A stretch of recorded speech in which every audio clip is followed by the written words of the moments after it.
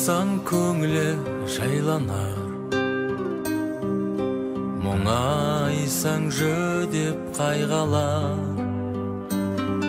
Әкеңдей адал мейірбан, анаңдай қамқор қайда бар. Әкең мен анаң, әкелген адам, бәріңді мынау өмірге ажарың болып, базарың көріп, отырсың жайнап төріңде.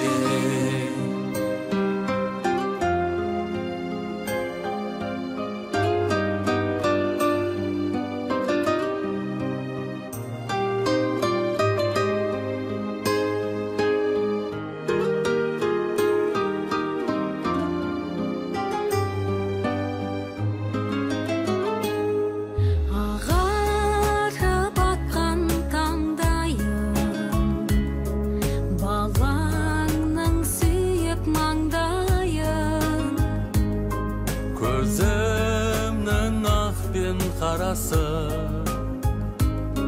жүріңдер аман әрдайым.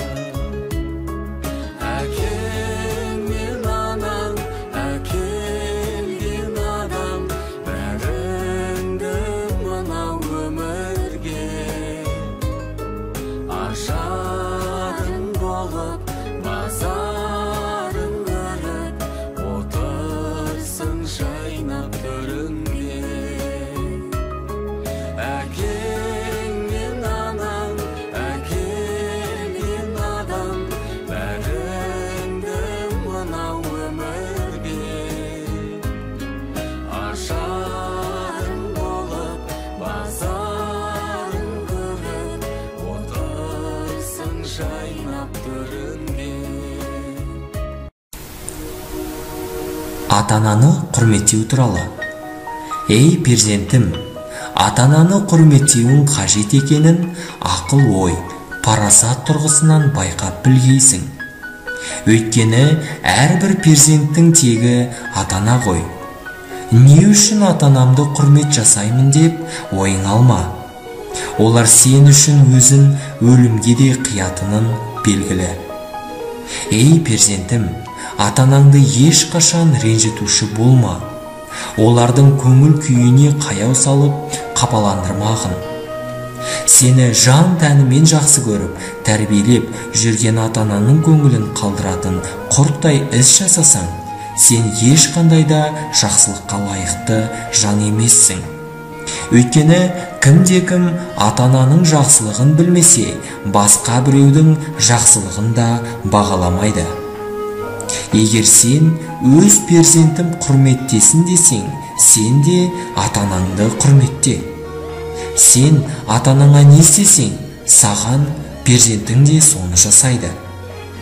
Перзент жеміске, ата-ана жеміс ағашына ұқсайды. Жеміс ағашын жақсы күтсең, жемісі де дәмді, жақсы болады. Сол сияқты ата-анаға деген ізет, құрметіңді аямасаң, саған деген олардың ізгі тілегі қабыл болғаны.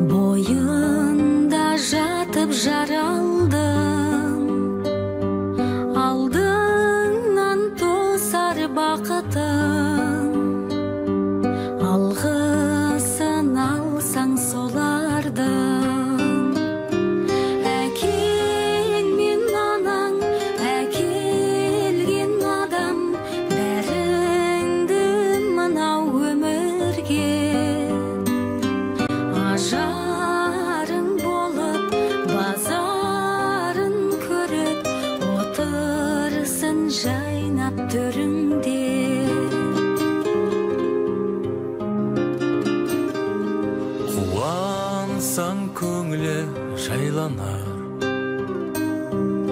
мұңайсаң жүдеп қайғалар.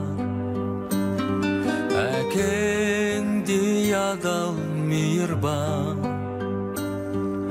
анаңдай қамқор қайда бар. Әкең мен анаң, әкелген адам, бәріңді мынау өмірге ажарың болып, базарын көріп, отырсың жайнап